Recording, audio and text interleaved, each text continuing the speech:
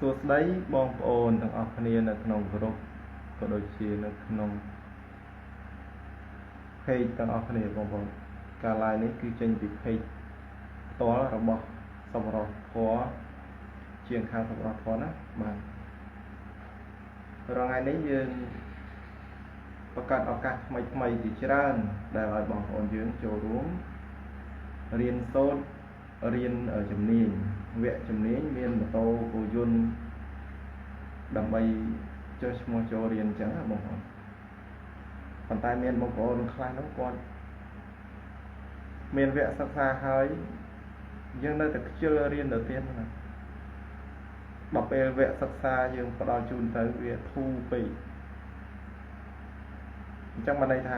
អ្នកទាំងអស់គ្នាប្រហែលជាត្រូវការវគ្គថ្លៃដូចជាវគ្គមកវគ្គ$400-500អ្នកទាំងអស់គ្នាប្រហែលជាត្រូវការវគ្គថ្លៃអញ្ចឹងដល់ពេលវគ្គដែលយើងបរៀនជាលក្ខណៈសប្បុរសធម៌ឲ្យបងប្អូនយើងចូលរួមតាមសភាជ្រះថ្លាទៅជាបងប្អូនយើងគិតថាវគ្គធូរថ្លៃវាក៏ដែលមានគុណភាពទេអញ្ចឹងគ្នាយើងបើគិតបែបនេះគឺនឹងខុសទាំងស្រុងតែម្ដង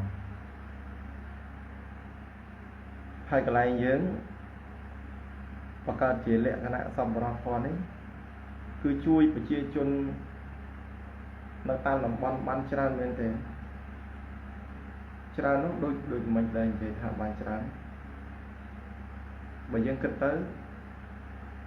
ទាំងការផ្លាស់ប្ដូរគ្រឿងសប្បុរសធម៌ក៏យកតម្លៃពិតពេញមកប្រមាណដាក់ប៉ុណ្ណឹងការឲ្យរបស់ប្រជាពលរដ្ឋគាត់ឲ្យសំលមមដែលសប្បុរសធម៌អាចឈរជើងបានការចូលរួមរបស់បងប្អូនខ្ញុំពិតជាអរគុណធំដែលបងប្អូនយើងចូលរួមប៉ុន្តែខ្ញុំមិនស្កប់ចិត្តទេខ្ញុំចង់ឲ្យគ្នាយើងចូលរួមទាំងអស់គ្នាចូលរួមទាំងអស់គ្នាយើងនៅផ្ទះយើងប្រឹងរៀនទៅកុំឲ្យឱកាសនេះកន្លងផុតទៅឲ្យសោះពេលដែលយើងរៀនគឺយើងមានជំនាញបើសិនជាឱកាសនេះផុតអ្នករៀនមុននឹងរកលុយបានមុនអ្នករៀនក្រោយនឹងរកលុយបានក្រោយប៉ុន្តែបើសិនជាយើងនិយាយមួយម៉ាត់ទៀតចុះឈ្មោះសិក្សាតាមចិត្តសប្បុរសធម៌ពាក្យនេះមានន័យណាស់តាមការចូលរួមរបស់អ្នកទាំងអស់គ្នាទេអ្នកទាំងអស់គ្នាចូលរួមប្រមាណជាបុណ្យកុសលរបស់អ្នកទាំងអស់គ្នាទេមិនមែនសប្បុរសធម៌តម្រូវថា$100 $200អត់ទេអត់មានបានតម្រូវទេហើយសម្រាប់មេរៀនសប្បុរសធម៌តែងតែផ្ដល់ជូនអ្នកទាំងអស់គ្នានៅពេលដែលអ្នកទាំងអស់គ្នាជួបបញ្ហាបើន័យថាមិនຕົកមេរៀនកវិតចោលទេមិនផ្ញើឲ្យទៅមើលឯងទេតែចង់ឲ្យអ្នកទាំងអស់គ្នាមានម៉ាស៊ីននៅក្នុងដៃហើយខូចភ្លាមហើយកំពុងតែធ្វើសប្បុរសធម៌នឹងចូលខ្លួនទៅបង្រៀនអ្នកទាំងអស់គ្នាដរាបណាអ្នកទាំងអស់គ្នាខលឬក៏ឆាតមកខ្ញុំផ្ទាល់ណាបាទខលឬក៏ឆាតមកខ្ញុំផ្ទាល់អញ្ចឹងនេះគ្រាន់តែជាសារដាស់តឿនអ្នកទាំងអស់គ្នាដែលចង់ឲ្យគ្នាយើងមិនថាប្រុសមិនថាស្រីទេវគ្គជំនាញនេះគឺរៀនបានទាំងអស់គ្នាគេស្រីធ្វើម៉ាស៊ីនធ្វើអីមកកណោនេះខ្លះណាគាត់ខ្លាំងជាងបរោះទៀតមានទាំងខ្ទើយទៀតធ្វើម៉ាស៊ីនអញ្ចឹងបានខ្ញុំតែងតែលើកទឹកចិត្តឲ្យបងប្អូនយើងចុះឈ្មោះនេះគឺនៅពេលដែលចុះឈ្មោះខ្ញុំបានដឹងហើយបើសិនតែរៀនទៅតាម page ទៅតាម YouTube របស់ខ្ញុំកន្លងមកសួរតែខ្ញុំបានដឹងខ្ញុំបានដឹងទេហើយគាត់រៀនចុះឈ្មោះចូលរៀនតាមតែដែលគាត់ចុះឈ្មោះមកទល់សប្តាហ៍ដូចជា 4,000 នាក់ជាងហើយ nè đại riêng thì môi nhóm nè bà cái chuyện buôn nè ở buôn pọn nè chiêng ấy ngày muốn nhầm mơ nông rộp một đôi chiều sập tới buôn pọn chất sập bờ nè bà chấm riêng số bông ốn bà chấm riêng số bà cho mà mơ ca lai rồi bao nhom cái ca lai ní cứ trong có đào ao ca tất cả nè tầng ở ní na đều cho mua đâm bay cho chỉสมาชิกสปทตามสภาเจียกลาเนี่ยได้โจมาต้องช่วยเสียพอดำใบเอากี่วันคืนยัดเล็กเสียนะเสียมวยเตอได้คาดประมาณลุยสมเกสมาโรยมาเรียโดบานมารอยหาสมรีมันไอ้ดอกมากช่วยเสียเตอเสียโยตะบนเตอเนี่ยตบรถทอดเฟอร์เนี่ยก็ทัวโยตะบนได้แมนตะบานโยตะทัวเนี่ยมีอะไรดังจัดยังจะบ้าตอนนี้ยังโยเก่งกว่าวันไปเชียร์ปรอดโยตะทัวเนี่ยมีนตอนนี้ยังแมนรูปในขนมจะน้อยเลยตามมาเนี่ยเรียนเป็นมวยรบปอนเนี่ยบอสตอนนี้ยืนกึศเต้าการโจรวมบองบอลยืนบ้านตรำมาเอายมโชว์เชิงจวบใจจอมใจมาเอายมโชว์เชิงจวบมาไปแต่ยมโชว์เชิงจวบเนี่ยแต่อันนี้ก็บ้านเมเรียนไม่tớiก็ดังลำปีตำไรởวันnày ở tำไรởวันตามลำบอนนะยมเป็นเช่นแต่ใหญ่ดิตำไรởวันตามลำบอนchết ởวันคุยไฟลำบอนง่ายởวันแรงไฟตอนไปเจ็ดสไลด์เราก็ไล่ยมคือพวกเวียนมาโตnơiตะไลบำใบปอนปรามรอยนั่นเลยใบปอนปรามรอยนั่นเลยดิไอ้บัสันติบองโอนนาจองดักเครื่องโจลอะไรสับรอพอบองโอนไอ้ดักบ้านนะบองโอนไอ้ดักเครื่องหลบบ้านพวกอะไรยมอัดดักเครื่องดิพวกยมจีบุคคลเหมือนเนี้ยแต่จำจุ้ยแต่การบองโอนยืนยมมันจำใบตะดักเครื่องดิเอาจากบองโอนคะแนนยืนเน็ตได้ศึกษาเน็ตได้เนาเรียนเน็ตได้เนาลิ้วบ่าโจลคลูนมาดักเครื่องดักพอเวียนมาโตมวยปีแต่หรือกระบวนปรามแต่ดักตบลวดแต่ไอ้ยมจีเน็ตเฟิร์ไอ้บองโอนยืนก่อนจีเน็ตดักเครื่องไอ้กอดโยจีนั่งเถอะกอดโยจีนั่งnhà ta màเครื่องนั่งแต่อดหอบแต่ติงมาใบปอนปรามยังดักเอายมโดนปอนมาเมินเลยไอ้ยมดักตอมาเมินมาปอนทั้งแต่จะหายเนี่ยยืนก็กลับมาถอยการจีนายบานจีนังบ่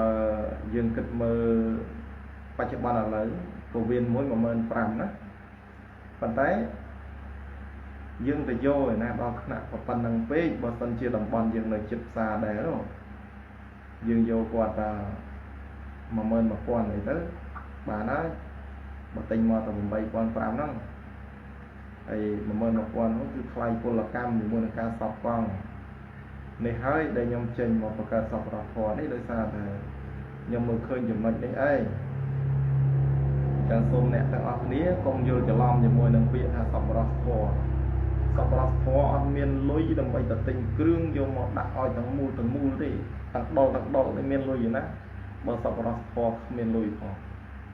chắc bàn thà nè thằng ọc ní khứt oi bàn mặt chọt bản tích nốt con tay chỉ mua nâng kinh tận niềm môi để miền kiểu smart tròn nó miền kiểu smart tròn bà sắm đặt bóng ôn dương này bàn trôi máu chuỗi xe mình nẹt môi mình khát thế hay nhom nâng lai rót ngay prap pi tầm lai ở văn để nhom bàn tinh trôi máu cả lại ở sọc rác thô để bóng ôn dương đầm rơi cá bàn nhom tinh màu bà bóng ôn dương ở đầm rơi cá thế nhom có tinh màu này ai lôi để nè tinh mau nó lôi nè mà chặt thằng này men lôi nhông đi lôi mà chặt nè phớ nè đôi thà quạt trời ca phớ ấy phớ mà tấu rư có cô dồn chẳng hạn ដល់តែពេលគាត់ចាប់ដើមធ្វើគាត់ប្រាប់ខ្ញុំថាលោកគ្រូខ្ញុំចង់ដូរអានេះមួយអញ្ចឹងយើងប្រាប់តម្លៃពិតទៅគាត់ទៅឧទាហរណ៍ថាគាត់ដូរពោះវៀនមួយអញ្ចឹងបើសិនជាពោះវៀននឹងនៅក្នុងកន្លែងសប្បុរសធម៌មែនយើងប្រាប់គាត់តម្លៃពិត 8,500 បាទក៏ប៉ុន្តែគ្នាយើងគាត់បានទិញខ្ញុំមកដាក់ដល់នេះគាត់លក់ 9,000 ឥឡូវឲ្យថ្លៃសប្បុរសធម៌ 1,000 មកថ្លៃភ្លើងសពកងអញ្ចឹងអានេះឯណាបានខ្ញុំនិយាយថាការកាត់បន្ថយការចំណាយណាវាជាភាពជាស្ដែងគឺបែបនេះមែនរាល់ថ្ងៃគឺបែបនេះមែនខ្ញុំធ្វើបែបនេះណាបាទខ្ញុំតែងតែផ្ដល់ជូនតម្លៃពិតជាមួយនឹងគុណធម៌ដូចនេះបានយើងដាក់ឈ្មោះថាសប្បុរសធម៌អញ្ចឹងចង់ឲ្យគ្នាយើងចង់ឲ្យបងប្អូនយើងនឹងចូលរួមជួយ share មកអរគុណបងប្អូនដែលបានចូលមើលហើយបងប្អូនជួយ share ម្នាក់មួយទៅបានអត់ខាតទេសប្បុរសធម៌ចេញមកប្រាប់តម្លៃរបស់ប្រើប្រាស់ពិតប្រាកដណារបស់ប្រើប្រាស់នៅតាមផ្ទះមានដូចជាម៉ូតូមានដូចជាគោយន្តមានដូចជាម៉ាស៊ីនបូមទឹកម៉ាស៊ីនភ្លើងអីគឺសិតតែខ្ញុំប្រាប់ពីតម្លៃពិតប្រាកដបាទហើយខ្ញុំក៏សូមខន្តីអភ័យទោសបាទចំពោះបងដែលជាជាងដែលគាត់នៅតំបន់ឆ្ងាយដែលគាត់ដាក់ថ្លៃអានោះតាមតែបងប្អូនទេប៉ុន្តែតំបន់ខ្ញុំដាក់អត់ថ្លៃបានទេណាបាទព្រោះតំបន់របស់ខ្ញុំនេះគឺខ្ញុំដាក់ថ្លៃត្រឹមតែពោះវៀននេះដាក់ត្រឹមតែ 11,000 ទេហើយខ្ញុំនៅកន្លែងណាខ្ញុំនៅឧត្តរមានជ័យនៅចិត្តអូស្វាយណាបងខ្ញុំនៅចិត្តអូស្វាយសូមចិត្តបងប្អូនជួយ share ណាបងប្អូនដោយសារតែខ្ញុំចង់ឲ្យ page នេះបានលេចលឺដំណឹងទៅដល់បងប្អូនផ្សេងទៀតដែលគាត់មិនទាន់យល់ច្បាស់ជាមួយនឹងគ្រឿងម៉ូតូគ្រឿងគោយន្តបងប្អូនអស់លុយអត់ដឹងខ្លួនណានៅពេលដែលយើងចំណាយបន្តិចម្ដងតាមផ្លូវតាមដំណើរជីវិតរបស់យើងងើបព្រលឹមឡើងយើងគិតមើលដែរយើងងើបព្រលឹមឡើងឲ្យលុយកូនតរៀនមែនទេឲ្យលុយកូនតរៀនអស់ប្រហែល 5,000 ឬក៏ 2,000 ឬក៏ 3,000 អញ្ចឹងទៅនៅក្នុងគ្រួសារមួយតាមស្ថានភាពជាក់ស្ដែងប៉ុន្តែនៅពេលដែលកូនជិះម៉ូតូទៅតាមផ្លូវស្រាប់តែ3កង់ណាស្រាប់តែ3កង់ហើយបងយើងខ្លះគាត់នៅនឹងផ្សារទេប៉ុន្តែតម្លៃដែលគាត់ដាក់ឲ្យយើងគឺចាប់ពី 14,000 15,000 ឡើងសួរថាតើពោះវៀនមួយហ្នឹងគាត់បានចំណេញប្រមាណគាត់បានចំណេញប្រមាណគាត់បានចំណេញ 6-7,000 ទៅហើយគាត់ងើបព្រលឹមឡើងគាត់បានចំណូល 6-7,000 បាត់ហើយសម្រាប់ជាងបាទប៉ុន្តែបងប្អូនយើងធ្វើចុះមកស្រុកខ្មែរបងប្អូនយើងធ្វើចុះតែខ្ញុំដកតែខ្ញុំមួយតាខ្ញុំដកតែខ្ញុំម្នាក់ឯងតាដែលមកសម្រាលបងប្អូនខ្ញុំដកតែខ្លួនខ្ញុំមួយតាដែលមកសម្រាលឲ្យបងប្អូនបានដឹងអំពីគុណភាពអវ៉ាន់ដែលប្រើប្រាស់ហើយនឹងធូរថ្លៃអញ្ចឹងខ្ញុំនិយាយពាក្យពិតតម្លៃពិតធ្វើពិតហើយអ្នកទាំងអស់គ្នាក៏ទទួលបានអ្វីដែលពិតទទួលបានអ្វីដែលពិតមិនមានតែប៉ុណ្្នឹងទេមិនមែនមានត្រឹមតែពោះវៀនម៉ូតូមានគ្រឿងគោយន្តនោះទេនៅមានម៉ាស៊ីនបាញ់ថ្នាំម៉ាស៊ីនកាត់ស្មៅហើយនឹងការកែច្នៃផ្សេងដែលគ្នាយើងតែងតែបន្ទូចរងចាំការកែច្នៃការប្រើប្រាស់អ្នកដាំដំណាំអ្នកដាំបន្លែអ្នកត្រូវការជីត្រូវការបត់ពិសោធន៍ច្រើនណាស់អញ្ចឹងចំណេះរបស់ខ្ញុំចេញមកនេះគឺលះជាមួយនឹងការជួយទាំងស្រុងបាទការជួយទាំងស្រុងហើយខ្ញុំធ្វើនេះក៏មិនមែនធ្វើដោយចិត្តឯងតែត្រូវថាធ្វើទេអញ្ចឹងនៅក្នុង profile យើងបងប្អូនបានឃើញថាមានលោកអភិបាលស្រុកដែលគាត់មានចិត្តធម៌ដែលគាត់ជួយបាទប្រាប់ប្រជាពលរដ្ឋឲ្យគាត់មកគ្រប់គ្រងជួយធ្វើព្រោះយើងកាត់បន្ថយការចំណាយកាលណាតែក្នុងតំបន់យើងកាត់បន្ថយការចំណាយអ្នកទាំងអស់គ្នាគិតទៅស្រុកហ្នឹងឯងគឺជាស្រុកគំរូតំបន់ហ្នឹងឯងគឺជាតំបន់ឈរជើងបានល្អព្រោះយើងកាត់បន្ថយការចំណាយ ចឹងការ live ថ្ងៃនេះគឺខ្ញុំនិយាយតែប៉ុណ្ណេះបាទស្អែកយើងជួបគ្នាបន្តទៀតសូមអរគុណ